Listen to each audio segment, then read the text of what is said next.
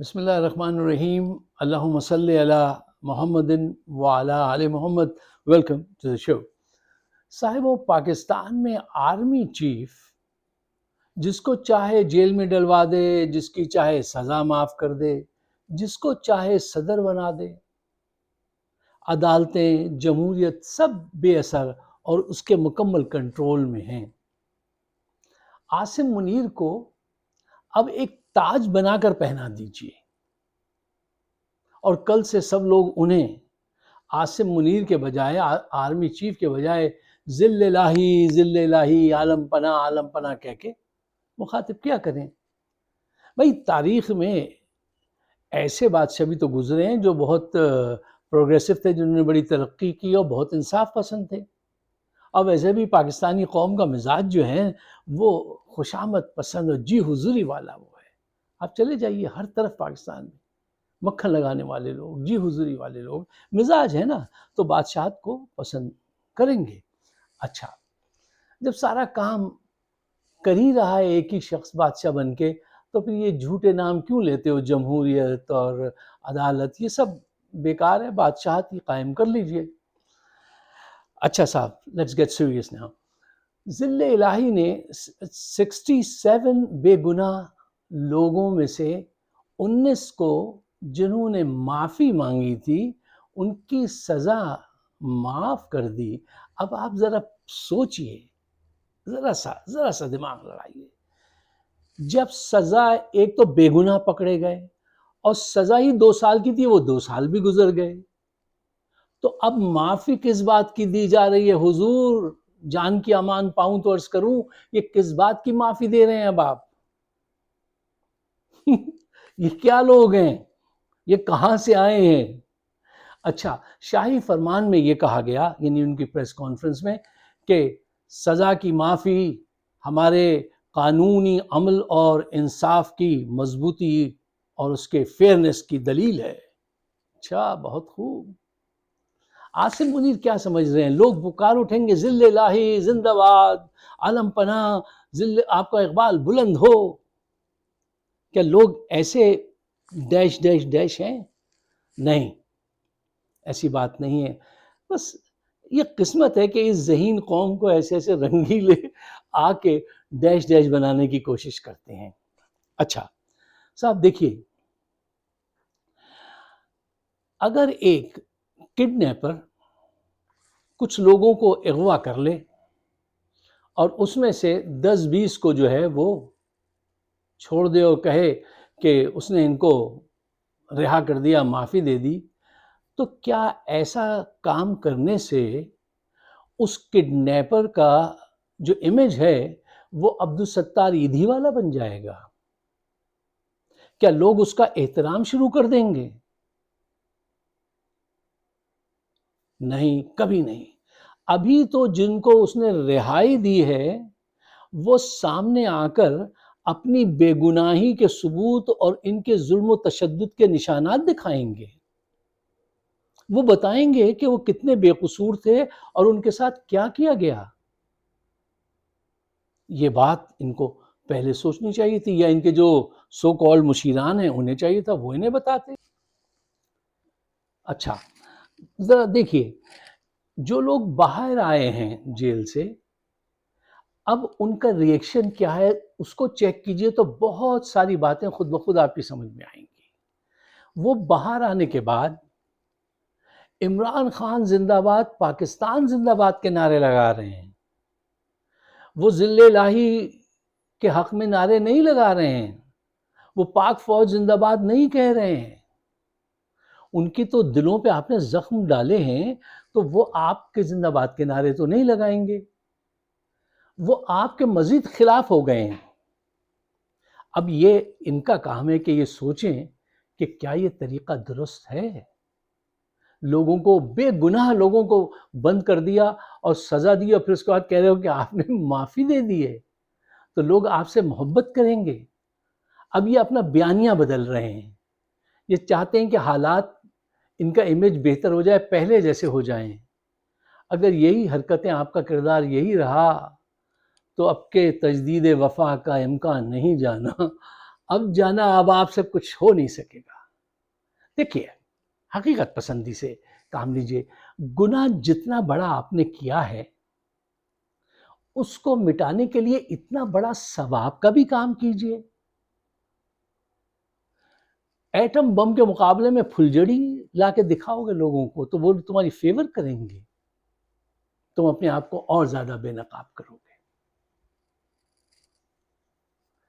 ایک طریقہ ہے بڑا کام کر کے اپنا امیج بہتر کر سکتے ہو. یہ چھوٹے چھوٹے جھوٹ بول کر، یہ جو ابھی آپ نے ایکٹ کیا ہے یہ دغا بازی کا ایکٹ کیا ہے آپ نے.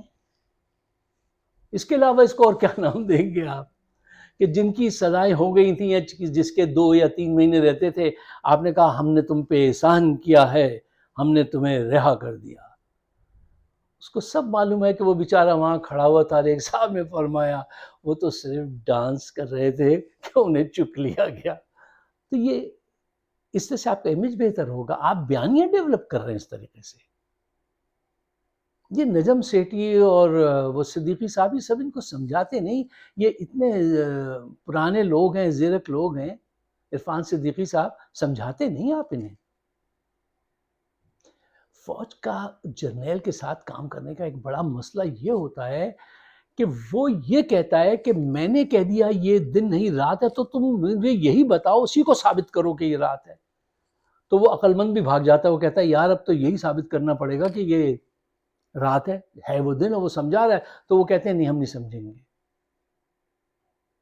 اچھا دیکھیے حقیقت پسندی سے اگر یہ ان کے لوگ کام لیں تو ان کو یہ بات جاننی چاہیے کہ ایک دفعہ جب نیگیٹو امیج بن جائے تو ذہنوں سے وہ تصویر نکالنا بہت مشکل کام ہوتا ہے. Point number 1.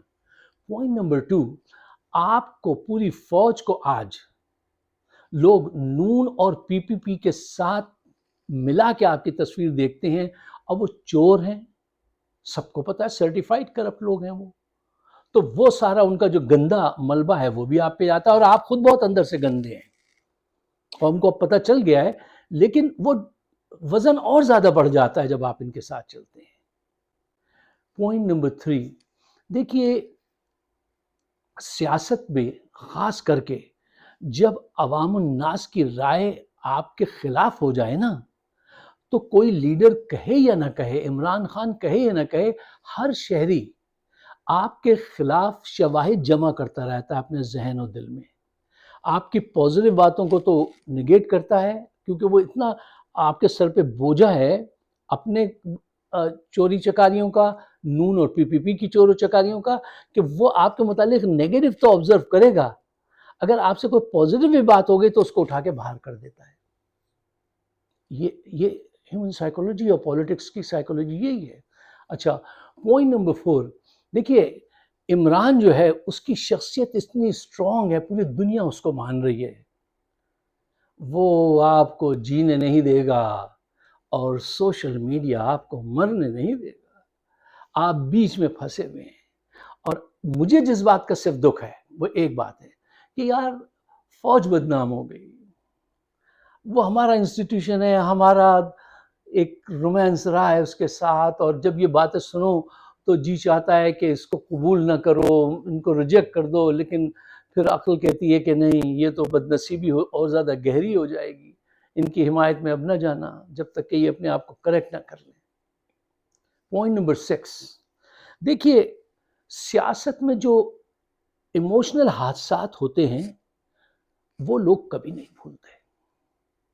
وہ مدت و صدیوں یاد رہتے ہیں.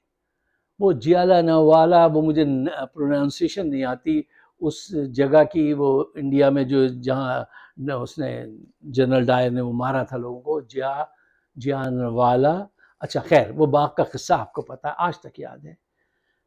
26 نومبر کا میسیکر انہوں نے جو کیا ہے اور جو لاشیں چھپائی ہیں، یہ ایک ایسا ایموشنل دھچکا ہے جو اب ساری زندگی پاکستان کے لوگ نہیں بھولیں گے، ساری زندگی نہیں بھولیں گے. ہاں دوبارہ میں آپ سے کہتا ہوں کہ جتنا بڑا پاپ آپ نے کیا ہے، جتنا بڑا گناہ کیا ہے آپ نے، اس کے برابر کی کوئی اچھائی سامنے لائیے تو شاید آپ بہتر ہو جائیں، اور پھر اس کے بعد آپ اسکرین سے ہٹ جائیں، کسی اور کو آرمی چیف بنائیں، تاکہ یار ہم فوج کو نہیں لوز کرنا چاہتے ہیں. ہم کسی صورت، دیکھو ہر ملک کی ایک ضرورت ہوتی ہے، ہماری بھی ضرورت ہے، اور ہم ہیں اس کے شہر میں ہیں،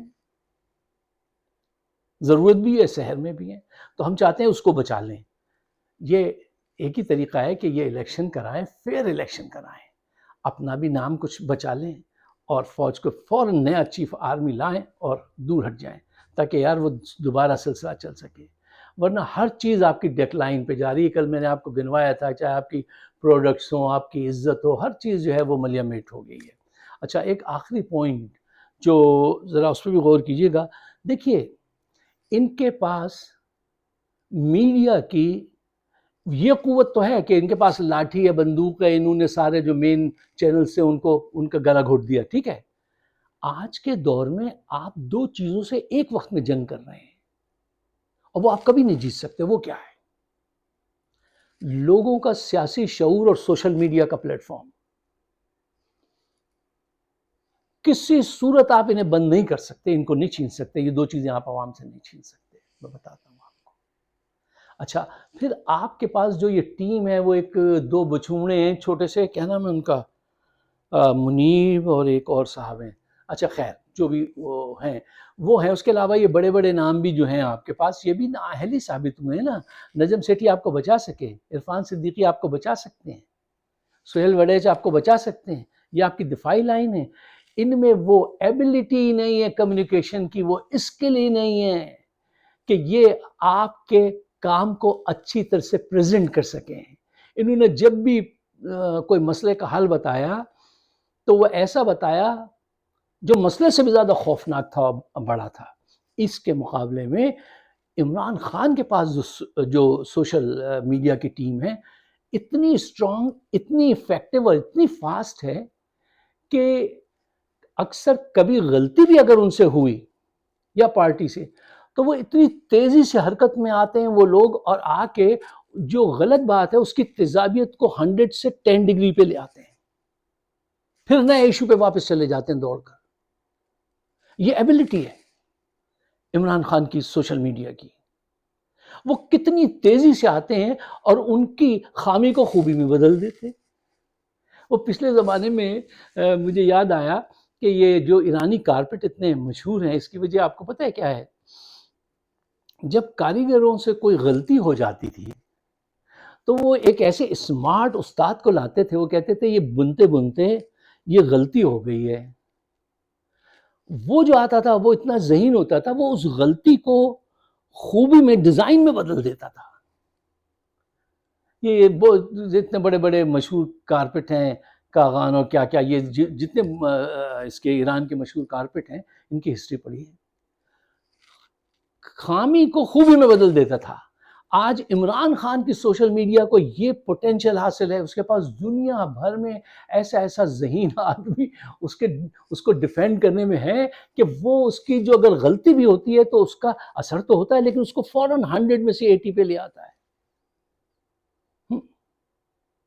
اور یہ آپ کے ہمنوا بچوڑے، یہ جب بھی لاتے ہیں کوئی بھی ٹاپک ڈسکس کرتے ہیں تو اس اینڈ سے ڈسکس کرتے ہیں جہاں پہ عوام they become more skeptical about you، اور زیادہ وہ آپ کے نیگیٹو چیزیں ڈھونڈنے لگتے ہیں اور وہ خود سامنے آنے لگتی ہیں.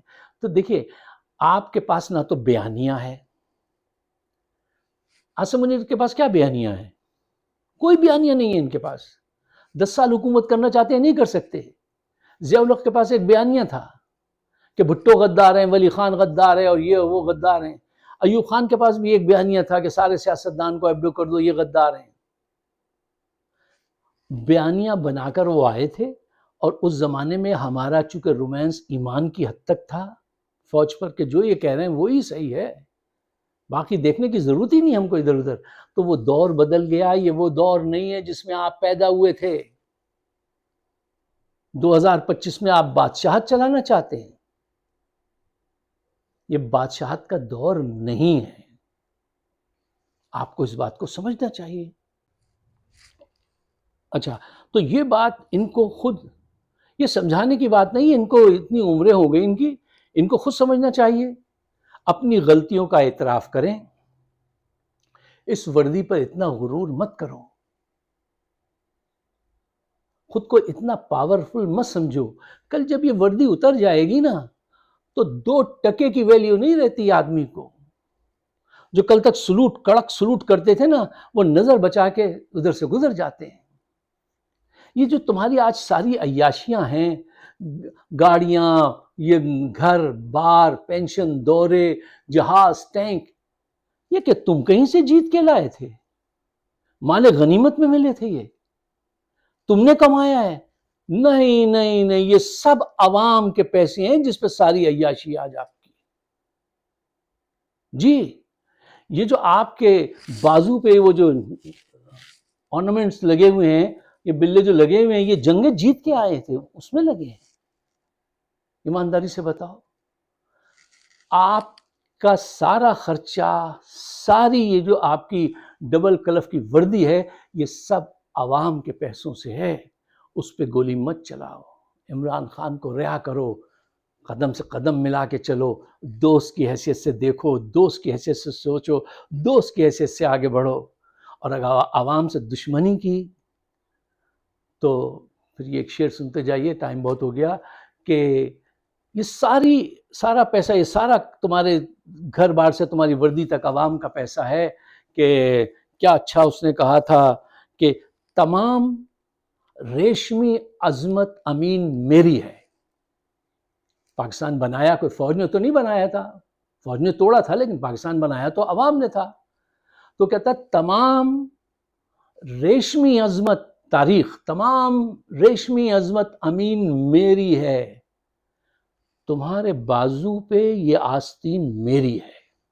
یہ جو آپ نے ornamentation بلے شلے لگا رکھے ہیں، یہ سب عوام کے پیسوں کے ہیں، اور یہ بات 70 سال سے عوام کی سمجھ میں نہیں آ رہی تھی، اب آ گئی۔ اور جب ایک بات سمجھ میں آ جائے تو پھر اس کو نکالنا ممکن نہیں ہوتا۔